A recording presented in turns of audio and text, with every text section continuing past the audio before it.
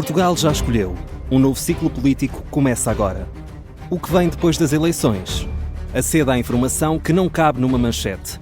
Assine hoje, com até 55% de desconto, e habilite-se a ganhar um dos 10 cartões oferta FNAC que temos para oferecer.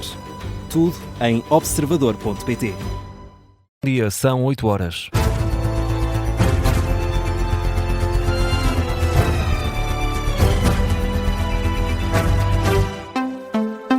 Jornal das 8, com edição do Miguel Gato. Um ano, Miguel, precisamente é este o prazo que o Governo estabelece para o essencial da recuperação do país no pós-tempestade Christine. O Executivo de Luís Montenegro vai apostar numa bazuca de simplificação, uma série de medidas para aliviar a burocracia associada às obras de recuperação e reconstrução do território português, depois da passagem das várias tempestades, mas a que fez mais estragos foi precisamente a Christine. Ao Observador, o Ministro da Reforma do Estado, Gonçalo Matias, fala de um conjunto de medidas que nunca foram tomadas em Portugal, nem mesmo nas alturas mais difíceis, como a crise financeira ou a Covid-19. O Governo vai implementar medidas como os ajustes diretos simplificados, a dispensa de avaliações do impacto ambiental ou a possibilidade de suspender os prazos de obras caso não haja mão de obra. O Governo admite uma situação no terreno complexa e o esforço financeiro necessário para levantar o que caiu ainda está a ser contabilizado, é o que diz o Ministro da Reforma do Estado em entrevista ao Observador. E, Miguel, o investimento vai ser grande para colmatar os estragos da tempestade Christine e o Executivo admite mesmo atingir o déficit orçamental para ajudar toda a população. Foi o que disse ontem à noite o Ministro da Economia e Coesão Territorial, Manuel Castro Almeida, em entrevista na SIC Notícias. Temos que arranjar dinheiro, evidentemente, e vamos procurar manter as contas certas na medida do possível. Mas as contas certas não são um fim em si mesmo. Portanto, se houver necessidade de fazer déficit para garantir condições de conforto e de bem-estar mínimos das pessoas, para garantir o relançamento da economia, para garantir que as empresas não vão fechar, que não vamos perder a capacidade exportadora que hoje temos, se for necessário, teremos que chegar a isso, porque as contas certas são, de facto, um objetivo que tem que estar ao serviço das pessoas.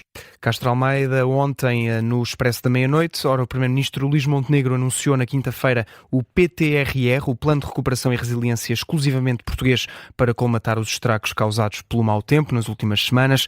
O Ministro da Economia e Coesão Territorial dá mais detalhes sobre este plano, explica que vai ser financiado pelo PRR original, pelo acordo de parceria entre Portugal e a Comissão Europeia, pelo Fundo Ambiental, também pelo Banco Europeu de Investimento e por verbas do Orçamento do Estado.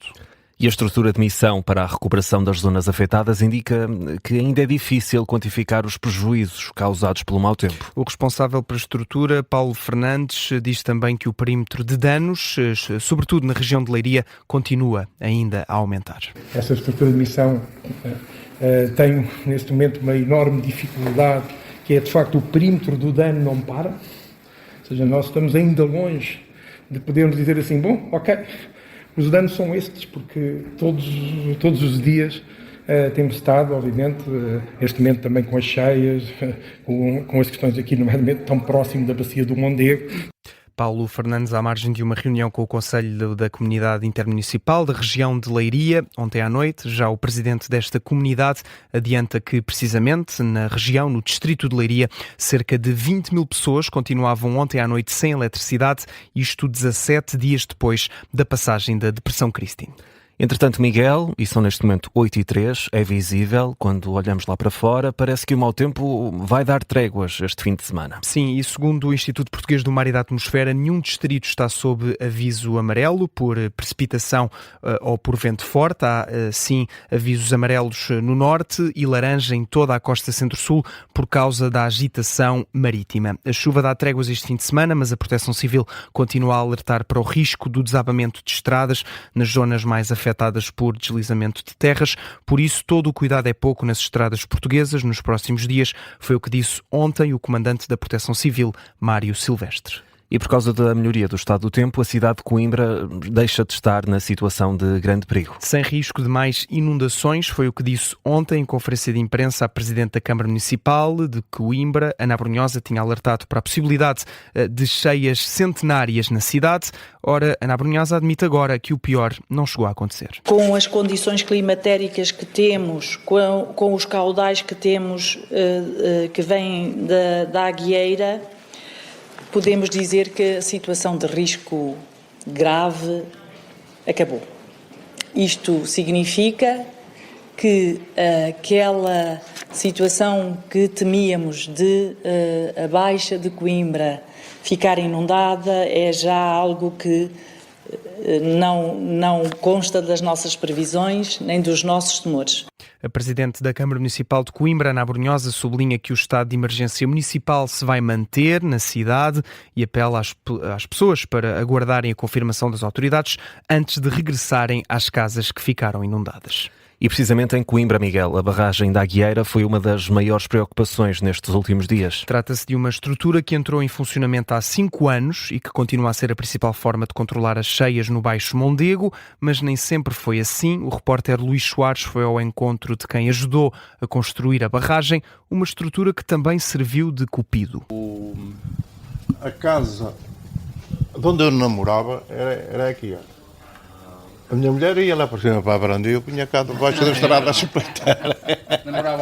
Com a ajuda de uma régua, Jaime Vitorino aponta para uma fotografia a preto e branco. Vê-se a casa onde, há mais de 45 anos, namorava com a ainda agora mulher em Foz do Dão, uma aldeia que foi engolida pela água do Mondego depois de ter sido construída a barragem da Aguieira. A Foz do Dão era uma aldeia bonita, a pena era um ponto de turismo.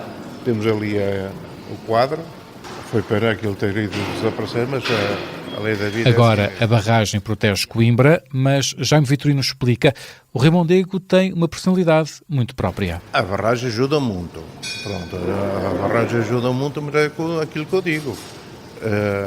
A Serra da Estrela manda muito, a neve manda muito, ajuda muito, porque se aquilo estiver cheio de neve, o Rio Mondego fica doido e não há barragem nenhuma que o vento. De resto, antes de haver barragem, Jaime Vitorino lembra que a Baixa de Coimbra costumava inundar. Basta que a Baixa do mundo de Coimbra também ficava tudo alagado. De onde a Estação Nova e aquilo tudo, o Banco de Portugal, aqui ficava tudo inundado. Ele que participou na construção da barragem, viu a estrutura a encher, ainda no início dos anos 80. Na altura, Jaime Vitorino ouvia dizer que ao fim de 20 anos era preciso realizar uma manutenção, mas nunca soube que isso tenha acontecido. Ela começou a encher mais ou menos 80. Já até diziam que depois, ao fim de 20 anos, que era despejada para fazer manutenção, e já vamos lá em 40 e tais, e manutenções, nada. E pronto, isto não sei, mas isto penso eu, que isto deve ser um risco muito grande depois de amanhã. Jaime Vitorino defende também que o Governo não devia permitir construção à beira dos rios. É muito bonito fazer aqueles bares à beira do rio, como está lá em Coimbra, aqueles esplanadas, aquilo é muito bonito. É, para o verão, mas temos que convencer que quando o São Pedro abrir as portas, as torneiras, meu amigo. É assim. O repórter Luís Soares, numa barragem que esteve sob alerta por causa do agravamento do estado do tempo. Falamos da barragem da Aguieira, no distrito de Coimbra. E mudamos de tema, Miguel. Hoje assinala-se o Dia Nacional do Doente Coronário. A Sociedade Portuguesa de Cardiologia indica que as mortes por doenças cardiovasculares reduziram na última década. Portugal tem vindo a reforçar os cuidados primários no Serviço Nacional de Saúde e não falha no tratamento das pessoas com doenças coronárias. Quem o diz é Cristina Gavina, presidente da Sociedade Portuguesa de Cardiologia, que fala em números extraordinários. Nós temos uma redução de mortalidade por AVC que anda à volta dos 45% e por infarto de 35%, que são números absolutamente extraordinários nos últimos 10 anos.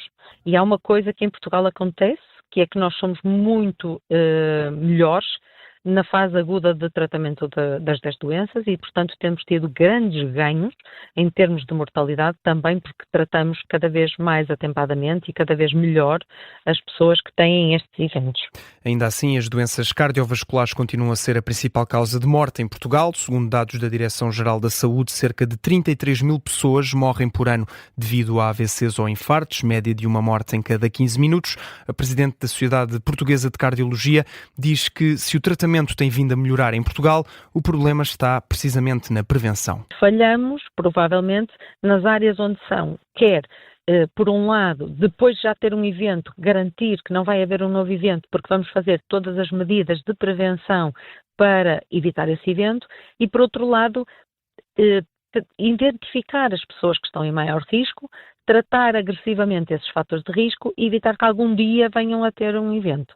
Cristina Gavina, Presidente da Sociedade Portuguesa de Cardiologia, em declarações à Rádio Observador, diz-se maioritariamente preocupada com a população mais jovem afetada por doenças cardiovasculares, onde não houve a redução de infartos ou AVCs. Aconteceu, sobretudo, esta descida na mortalidade por causa destas doenças na população mais idosa. No desporto, o Benfica foi ontem aos Açores vencer o Santa Clara. Foi o jogo de abertura da jornada 22 do Campeonato Nacional. Os encarnados venceram o Santa Clara por 2-1 e com esta vitória o Benfica iguala à condição o segundo classificado, Sporting, com 52 pontos e reduz a distância para o líder Futebol Clube do Porto, que soma neste momento 56 pontos. Mas as duas equipas que estão nos lugares cimeiros da tabela classificativa ainda não jogaram este fim de semana. Os Dragões visitam amanhã o terreno do Nacional da Madeira às 13h30 da tarde. Já o Sporting recebe também no domingo em Alvalade o Famalicão às 20h30 da noite. 2 jogos com relato em direto aqui na Rádio Observador. A edição das 8 com o Miguel Gato fica por aqui.